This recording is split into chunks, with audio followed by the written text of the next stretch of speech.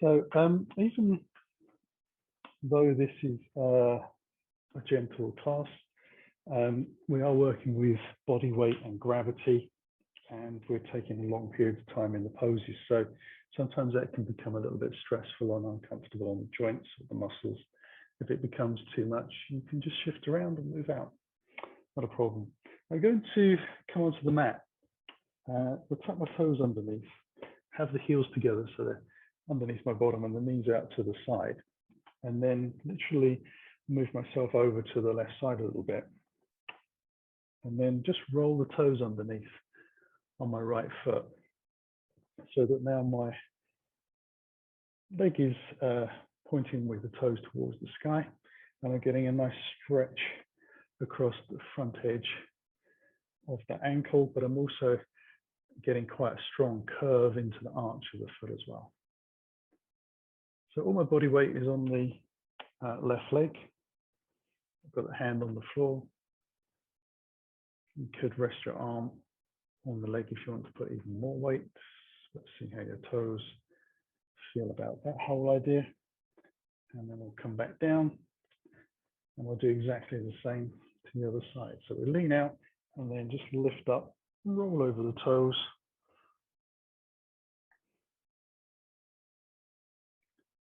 And give it a little stretch.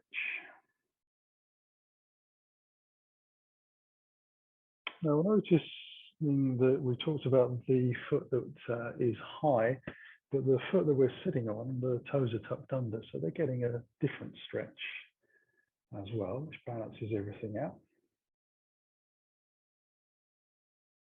This is a plantar fascia stretch. Stretching it both ways.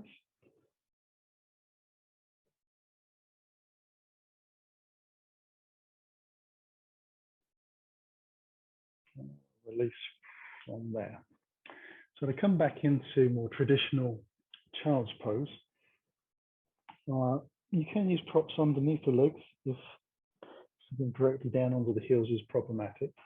I'm going to keep the thighs parallel with each other, so it's a narrow knee stance, and then gradually let the body sink down. And I'm able to bring my forehead all the way to the ground. I could use a block under there if it doesn't reach, and it feels quite a nice place to take the hands towards the toes. It increases the stretch in the neck a little bit. Lets the shoulders relax, which is joyful. And breathing in slowly and smoothly, exhaling in the same way, feeling the muscles of the back stretching with the breath, increasing the opening of the discs a little bit.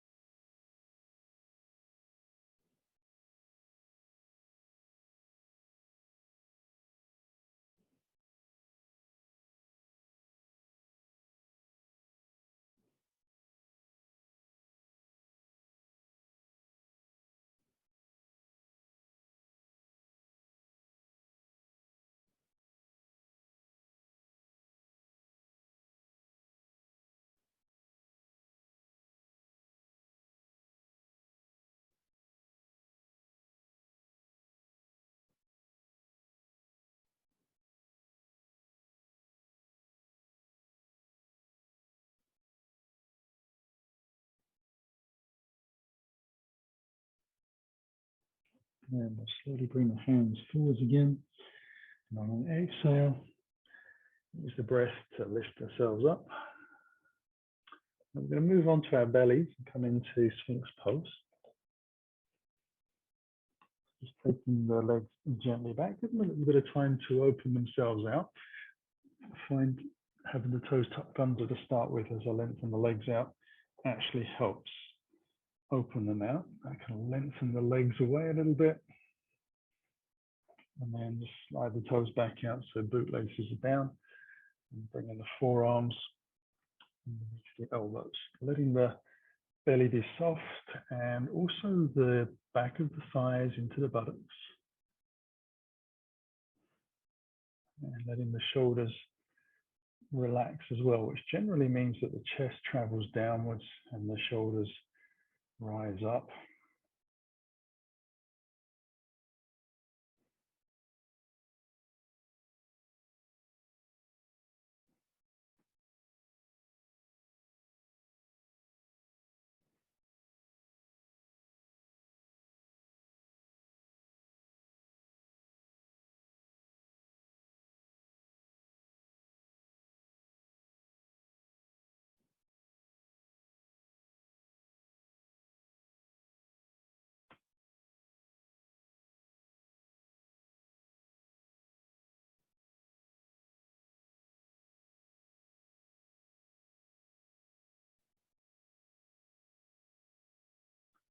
And we're going to ease our way down into our half frog. So take the elbows wide, hands palms face down underneath the chin. Bring the feet back onto the center line and then slowly take my left leg out to the side, about 90 degrees to the body. Shin travels the line of the mat, toes pointing out. And just resting the hips down. Now you can turn the head to the left as well if it feels comfortable. I tend to keep my chin on top of my hands because it makes it a whole lot easier to look up and see the clock. Simple as that.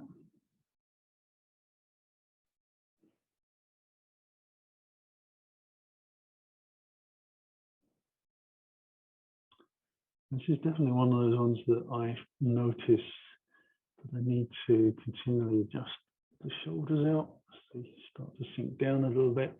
The body gets flatter to the ground after a few rounds of breath. Hips start to open out a little bit.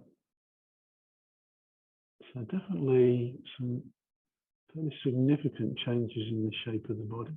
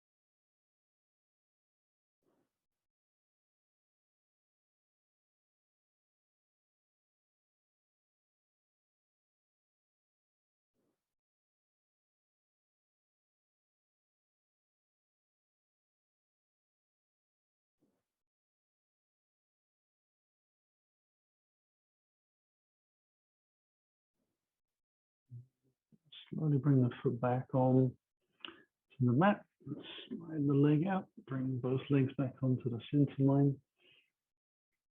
Just allow the legs to lengthen out a little bit. And then we'll slowly start to draw the right leg out to the side. Again, guesstimates for right angles.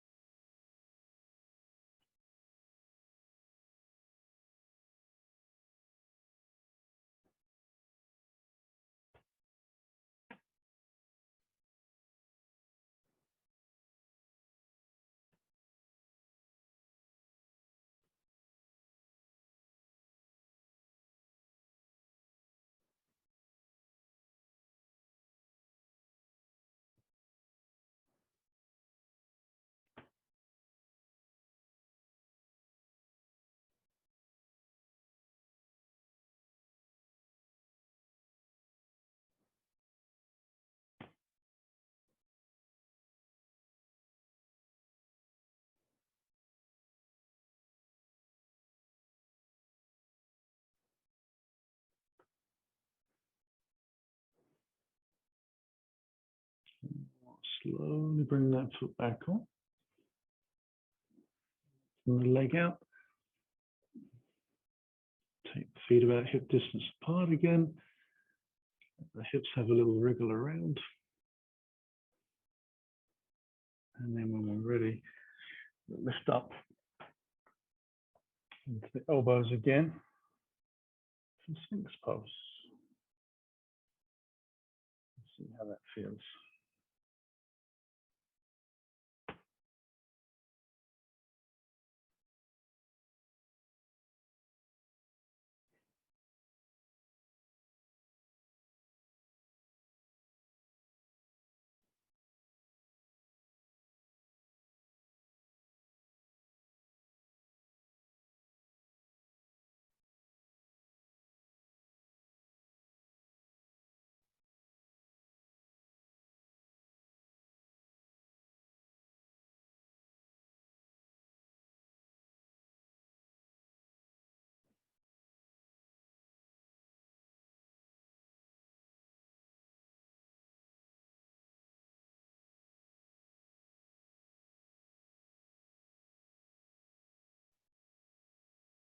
Okay, now let the body come down to the floor.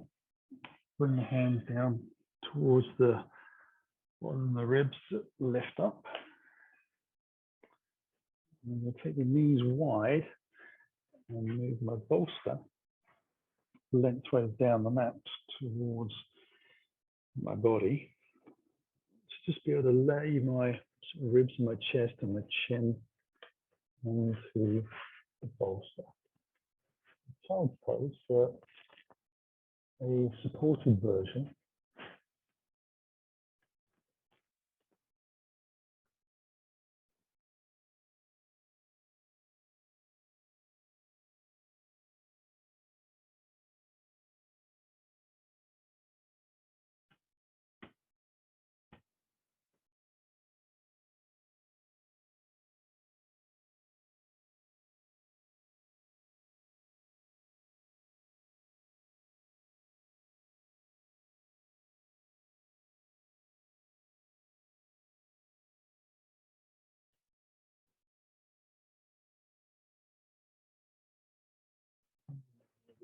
Sort of lift myself back up again. So we were only stopping there for a brief moment.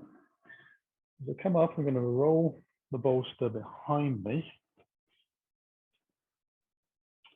and then bring the block just in between the thighs, portrait size. Come up onto all fours.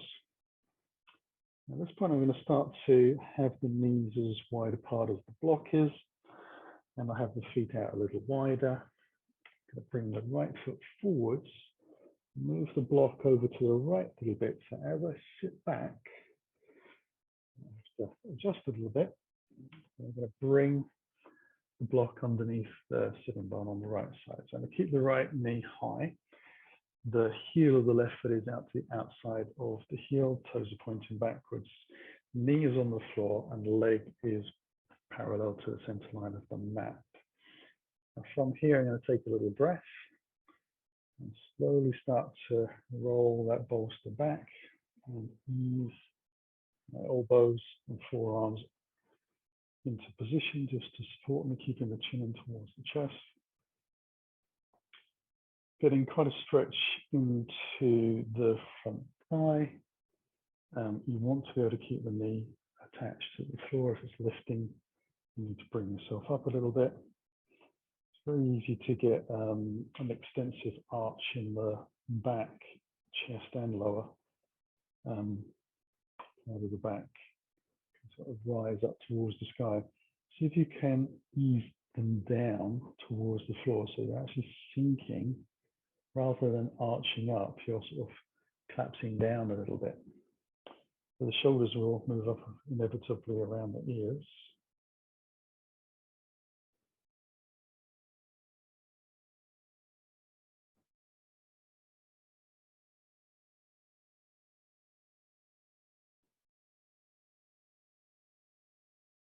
I'm not staying here for too long.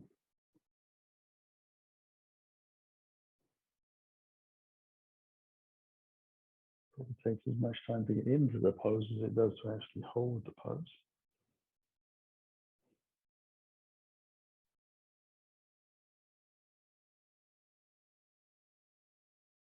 And then I'm going to draw the belly in, press the elbows down, shoulders back. Now myself to use the hands to come back up, and I'll just roll the bolster back in again, close to the bottom. Lift up on all fours. Move the block over. I'm going to take the right foot out the side a little bit. Left foot comes forwards. So sitting on half sitting on the block, that's a better way of putting it. So my right sitting bone is actually sort of floating in the air. Right knee, as you can see, is pointing forwards. Toes are pointing directly back. Opposite leg is high. And take it out as wide as you need to feel supported. And then in your own time, just use your hands to roll yourself back into the bolster. And you want that action to be soft and natural. You can come as low as you wish to. You can come right down to lie onto the bolster. Some people actually turn it lengthways and just go completely flat. We're all made a little bit differently. Remember that less is more in this particular type of practice. Again, just using it as a guide, the knee being able to touch the floor easily.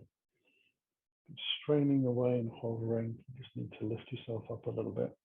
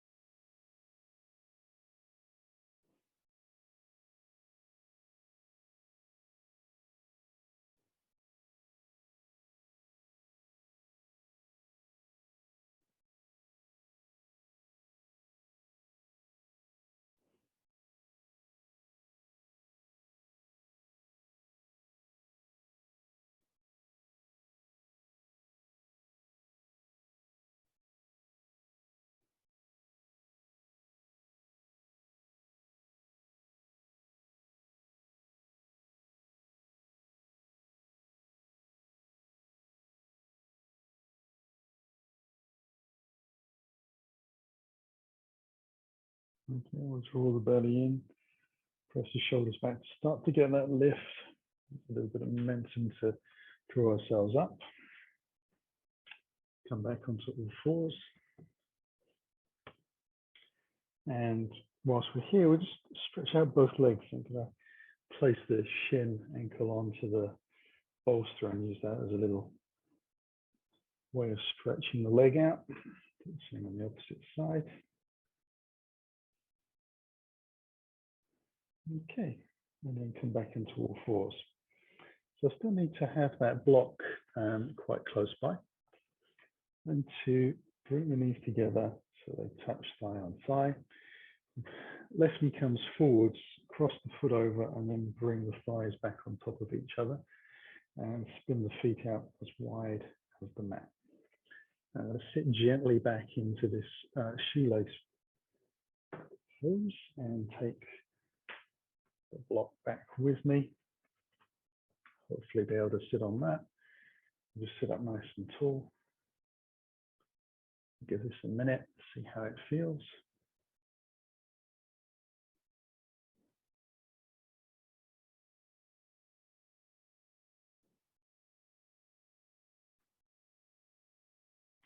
Ideally, a gap under the thighs here to get the hand in. You can progressively work on taking the feet further forwards, but in my body, I don't find that I have much range for that. This is as much rotation of the hips inwards and outwards as I can get in this position. So if you're able to move the feet, then great. I'll slowly use the hands to come into the ground, and we'll simply come back into the tabletop position and then change that to the opposite way around. So right knee comes forwards, crosses over, breathe down top of thigh, we wriggle around a little bit as we take the feet out wider, and then we slowly ease our way back, just being very careful of knees, ankles, hips, making sure that we land on the block. Don't take ourselves too deep into the pose. Could be a bit of a shocker. I know they're only an inch and a bit high, but you'd be surprised how much that of a difference it can make.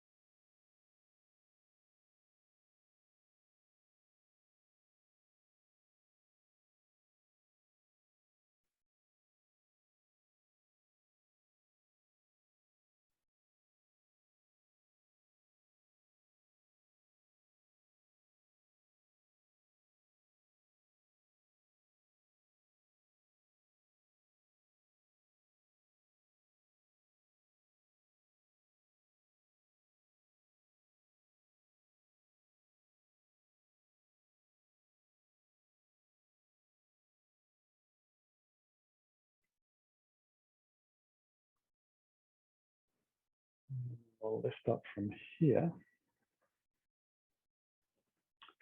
untangle the legs again, a little stretch out, use the bolster,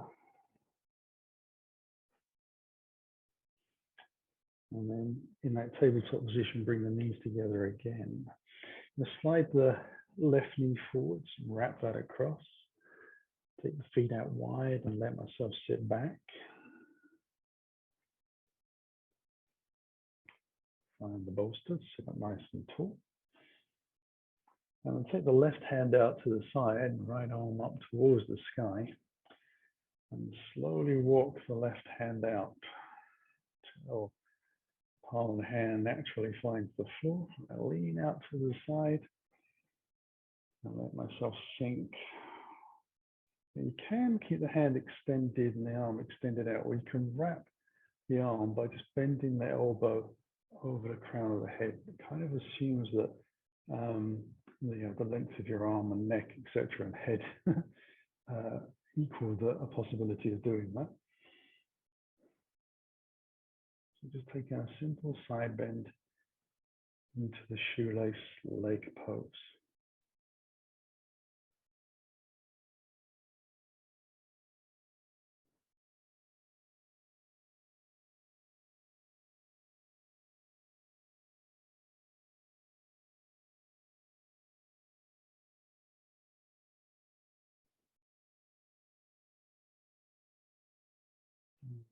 Press down into the floor, bring the hand back up. Bring the spine back into a neutral vertical line. Forwards. Untangle the legs. Bring the knees together again. And the final time that right leg comes forwards and wraps across. The feet go out wide. It's taking a little time to nurture them comfortably together. And then sitting slowly back.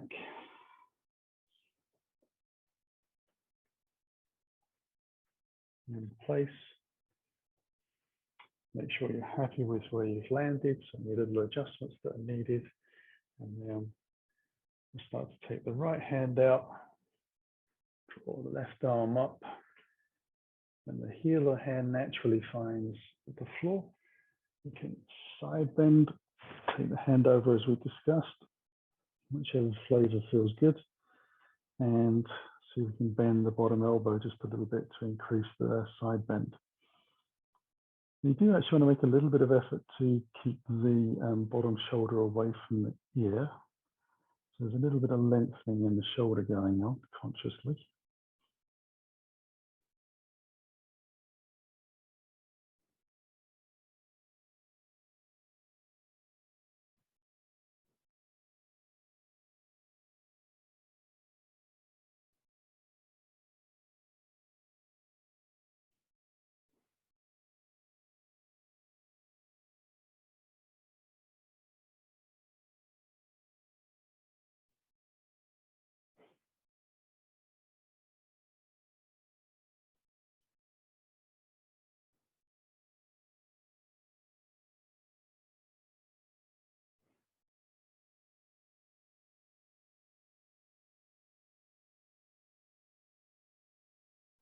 And we'll press down,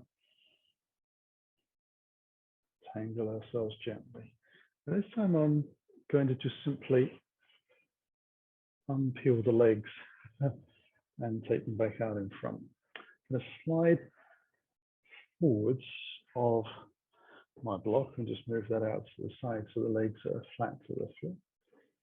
And then place the hands on the shins, take a little breath, and let the spine roll down into caterpillar pose. So the diaphragm's quite compressed. We breathe into the back ribs, which are larger anyway. Head hang.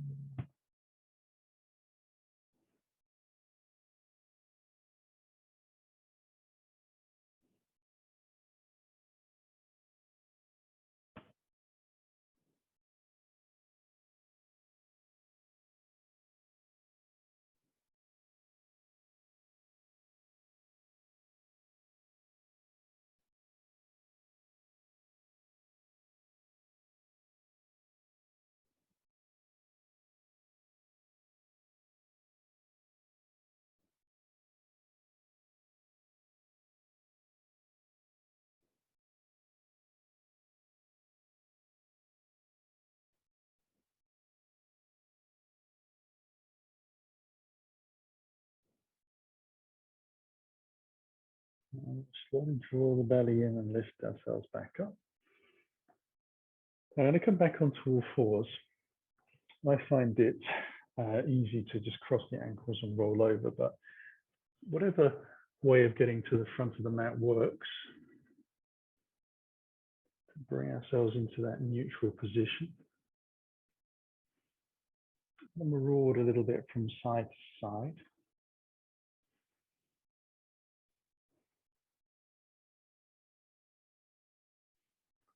And not that I need it immediately, but it won't be too long in the future.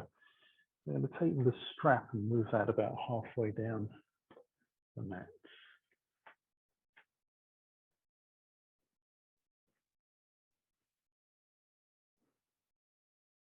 And take a little breath from here. And I'm going to draw the right knee through in towards my chest. Bring the foot through, keep the hands on the floor. So my rib and my thigh are touching. Sometimes you have to move the foot out a little bit further to the side than you would so that the thigh can kind of slide into the edge of the ribs rather than directly onto the sort of stomach area. And then we're going to tuck the toes on the back foot, slide that leg a little bit further away. And you can choose whether it's going to be a toes up or a toes down version. One can feel a little bit more comfortable on the kneecap than the other. So you decide how they feel. And then we're just going to stay here in this pose.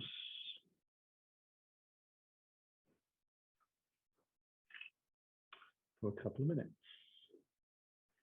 So we really do want both hands flat to the floor. So we might need to manipulate ourselves around a little bit to allow that to happen. You notice that my head is hanging down as well. I'm not too worried about the positioning of the head. in relation to the spine, just whatever feels comfortable.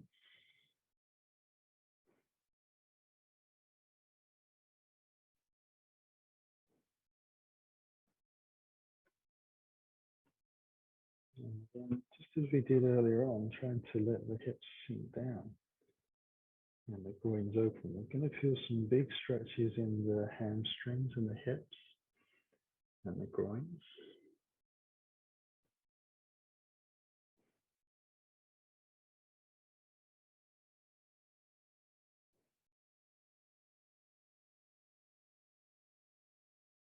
We're going to focus on the breath, keeping our mind on the task. We'll slowly move back into that tabletop position. Favor pushing back and then bringing myself, walking myself back into an old tabletop position. Take a couple of breaths here. Just kind of let the stretch dissipate out of the body a little bit.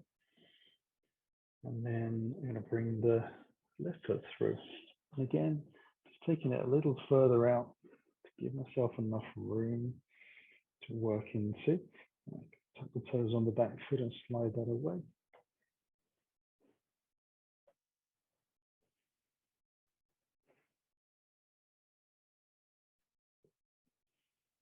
And most of us have got a rib cage which is a different shape from one side to the other because of the geometry of the organs.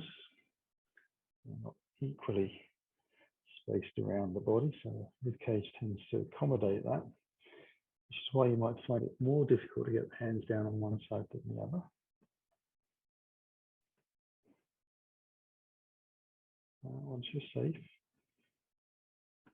make space, and you can drop yourself in.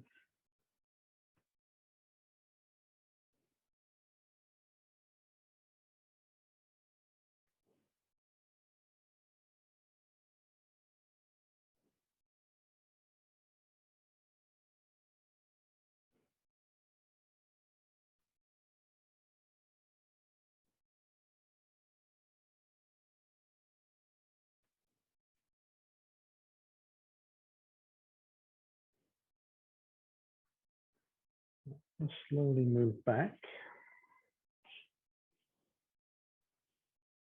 Sitting onto the heels, I'm going to start to draw my bolster, which was still at the back of the mat, through towards the front of the mat. And then come back up onto all fours. This time I'm going to take the foot to the outside and let the foot spin out a little bit. So my toes are off the mat because I'm fairly tall and blanky, but my heel is still on the mat for grip. And I'm just going to reel the bolster in enough that I can then bring the forearms down easily. Tuck the toe on the back foot and just walk the leg away. Again, you decide whether you want toes under or toes down. There's a pose, or low flying dragon. Now you can come down lower if you wish to. You could be right down on the floor if it's easy for you to achieve, but bolster's a nice height and it's soft on the elbows, so it has two kind of pluses going for it. You can even use your hands to cut the chin a little bit to give yourself a bit more support.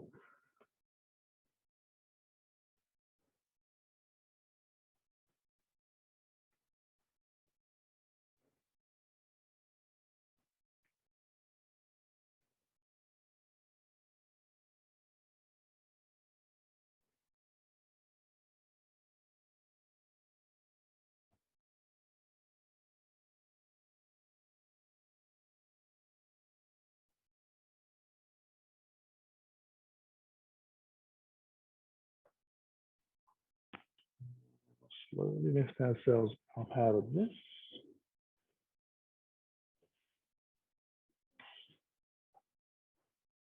Fours, and then we'll do the last side. I'm going to have the heel at least Move the bolster around to a comfortable place to support you if you're using it. And to walk the back leg out a little bit further, and then you choose high or low with the toes.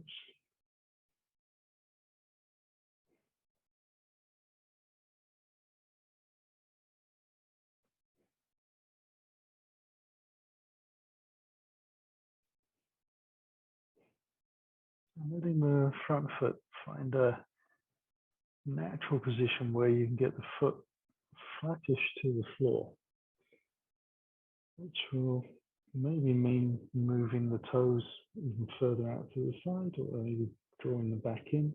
Again, it depends a little bit on the length of the ligaments and tendons and muscles in the ankle area, how much space you have.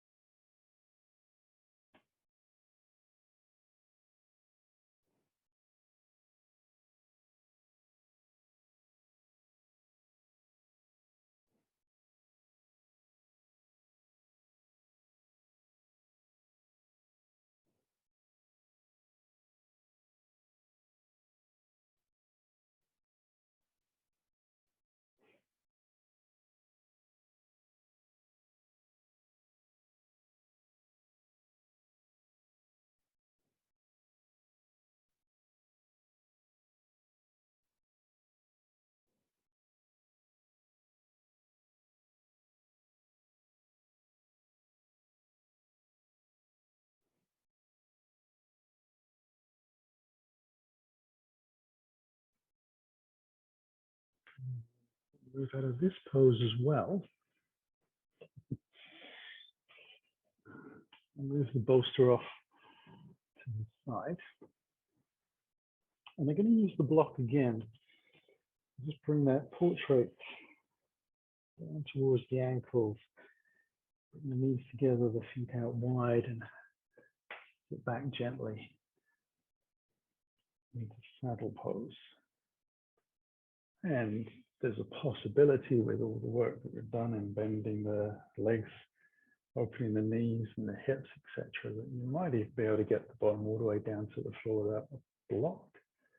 If that sounds like it's possible, you can just lift and sink down a little bit further, and if it doesn't feel right, you can come back, or you can stay where you are.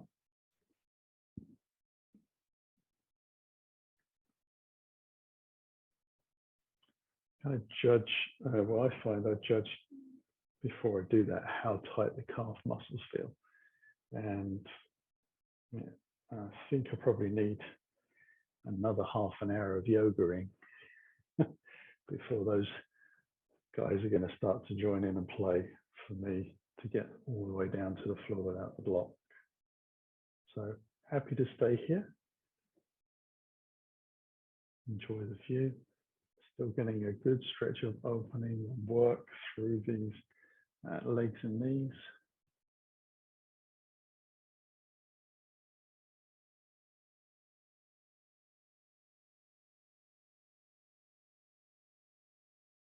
And I'm going to use the hands to lift up.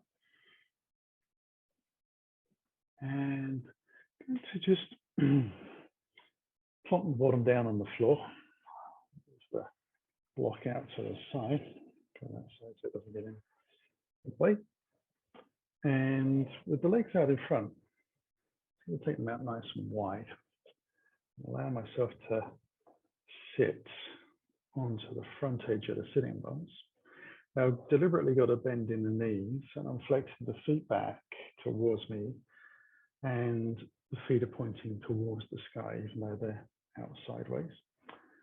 I'm going to draw the chest up and the belly in and fold over the hips, trying to keep the spine as long as I can. I'm just going to slide my hands down the outside edges of the shins towards the ankles, easing my way in. And then I'm going to take a little breath and see if I can hook middle finger and index finger around the big toe. Draw the shoulder blades back a little bit. gently start to press out through the heels. So I don't really increase the amount of lean. I gently start to open the legs out. So I'm taking that little bit of a bend that I had back out, getting the legs to the point where the back of the calf, maybe some of the thigh, is actually touching the floor.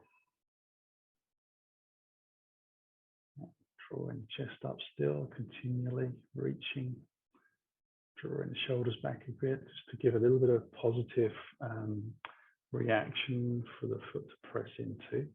Strangely enough, makes it easier. And then we'll release and come back up. Now I'm going to come into Janu Shasana, but I'm going to use the block underneath my bottom. So I'll use the hands to come in first of all. And this is where I'm going to use my strap. So I'm going to start with the legs out in front of me and draw my right heel in towards the groin. Knees out to the side. And then I'm going to take the strap and just loosely hook that around the ball of the foot and slide the straps through the fingers so the arms and the chest are sort of equal in length to that front foot. So there's not a twist. I'm kind of pointing my body directly towards the leg. I'm going to put a little bit of a bend in to the knee and then roll the shoulders back gently to take up the slack and feel a little bit of pressure in the leg. Then, keeping the foot flexed, I'm going to lengthen the heel out again, draw the shoulders back even more. So I really don't move very far. You know, we're talking about millimeters of movement in any particular direction, but the amount of effort, if we were to grade that in percentage, went from somewhere like 25% to 75%. Enough so that we know that we're working, but enough not to affect our breath. We can still breathe in easily and exhale easily without feeling the need to grip onto the breath as well as the hands onto the strap.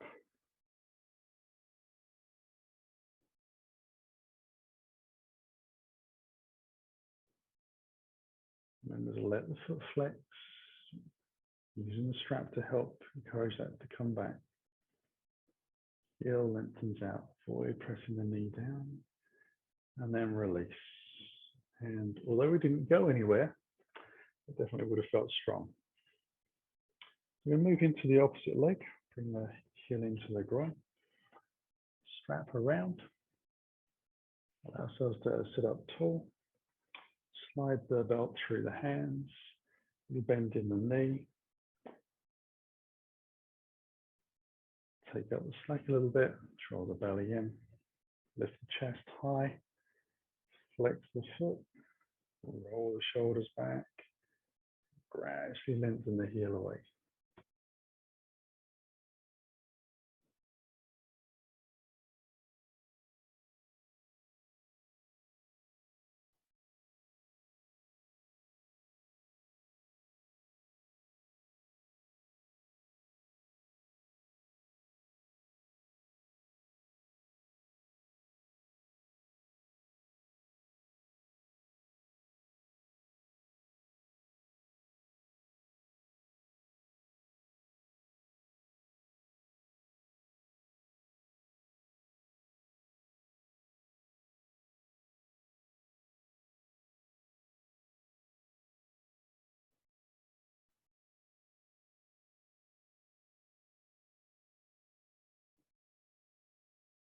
And then we'll release again from there.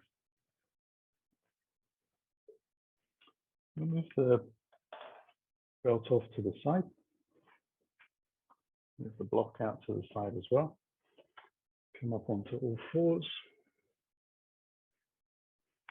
And I'll tuck the toes underneath and take a little down dog just for a minute, so we can experience the pose and let ourselves walk that out a little bit.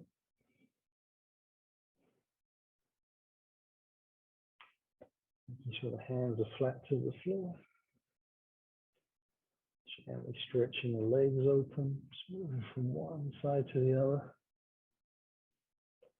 Lifting the hips high and back.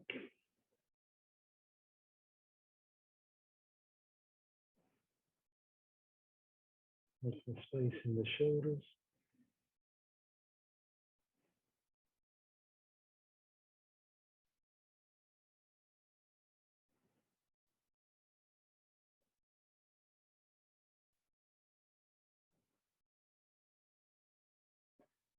And come forwards into plank. And bring the knees directly down underneath the body. Let's tuck the toes on the right foot and lengthen the leg out. And then I'm going to take my right foot across the mat, just drawing the big toe across and taking it out towards the left side as far as I can. I will lean a little bit more into that left hip. If you look at your thigh, it's kind of rocked out at an angle, that's fine.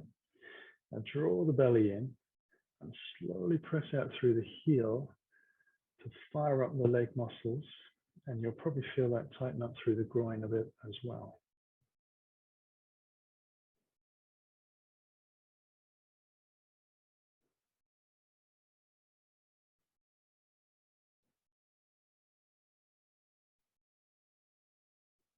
I'll come through and just draw the leg back in, down to the floor.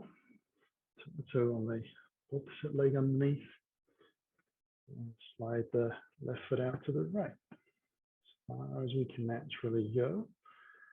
And then when you're ready, press out through the heel.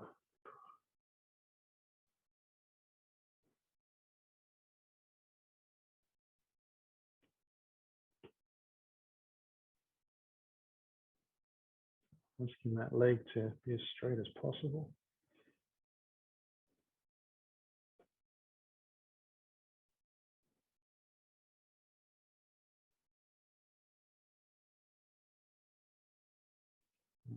Bring the foot back slowly. Knee to the ground. I'm going to tuck the toes underneath, lift the knees away from the floor again, and walk the hands towards the toes. Now, hopefully the block is not too far away. I'm just going to place that behind my heels. And into my forward fold, just rolling the spine over the hips, pressing the feet evenly into the floor, just making sure that we're making contact with all of the four corners of the foot.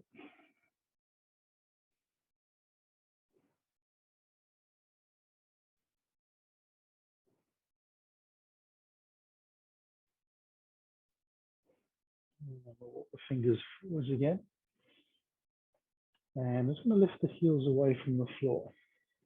Bend down gently and sit myself onto the block. The legs out in front. As I arrive, I bring the left foot under and out to the right. Right leg across. Left arm up. Rotate into the right side. Draw the pelvis forwards a little bit, lengthen through the spine.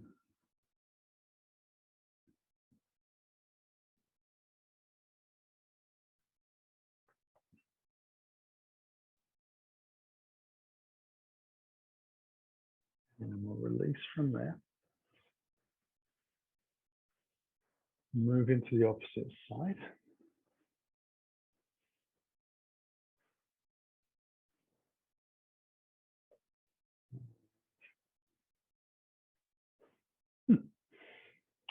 I was thinking ahead there. Right arm lifts over to the left.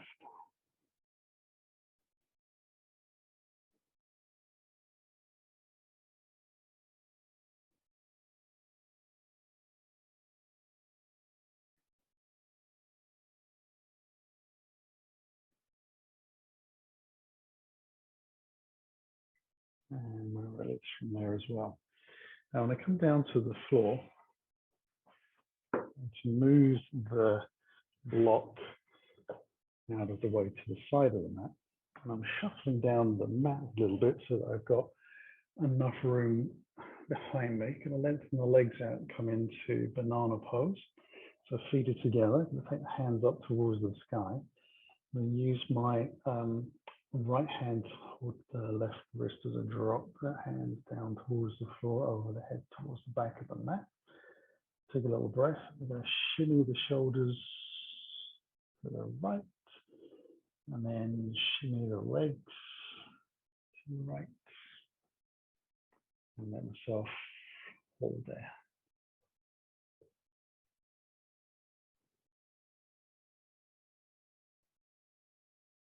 So just taking a gentle banana pose. It's really extending into the Shavasana area from here.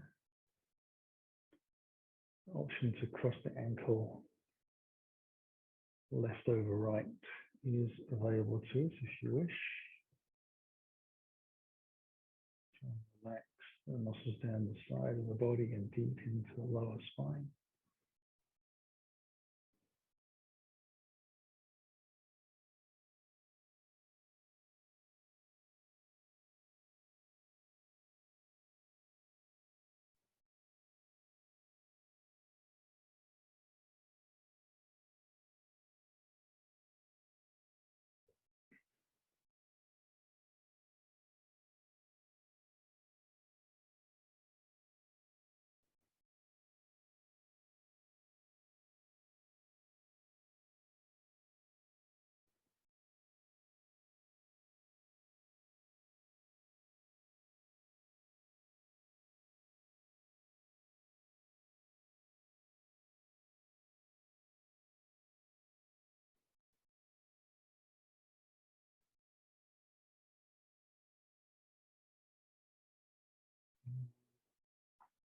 Bring the feet back into the center. Wriggle the shoulders back into the center. Going to lift the hands up towards the sky and change the grip over. So left hand holds right wrist. Drop the arms down behind. As low as you can. Shim over towards the left.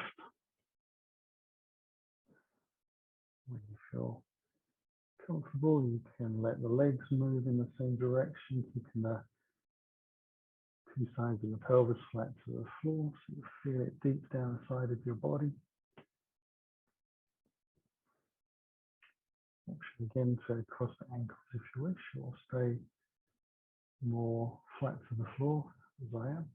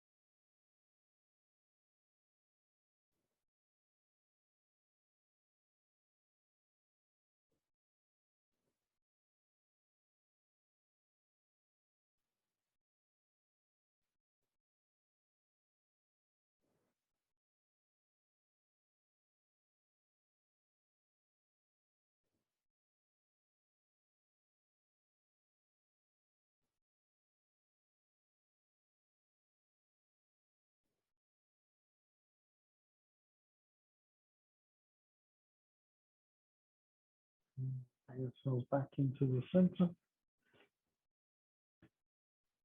And ease the hands down alongside the body, let the feet roll out towards the corner edges of the mat so that we can just move very smoothly into Shavasana.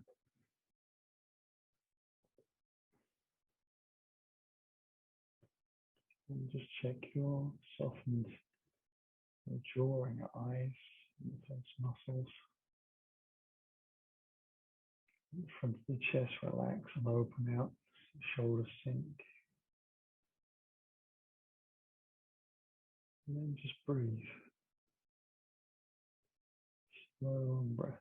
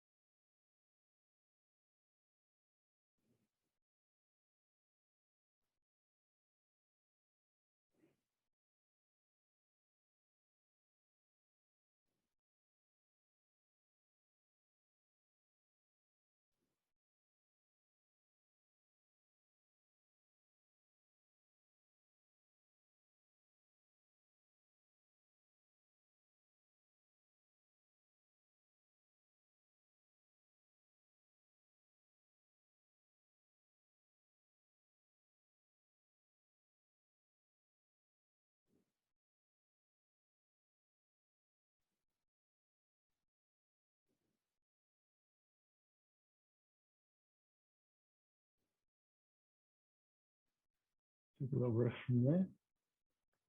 And fingers and toes. Stretch it out. Pull the knees in. And take a very gentle hug. So a little bit longer Shavasana.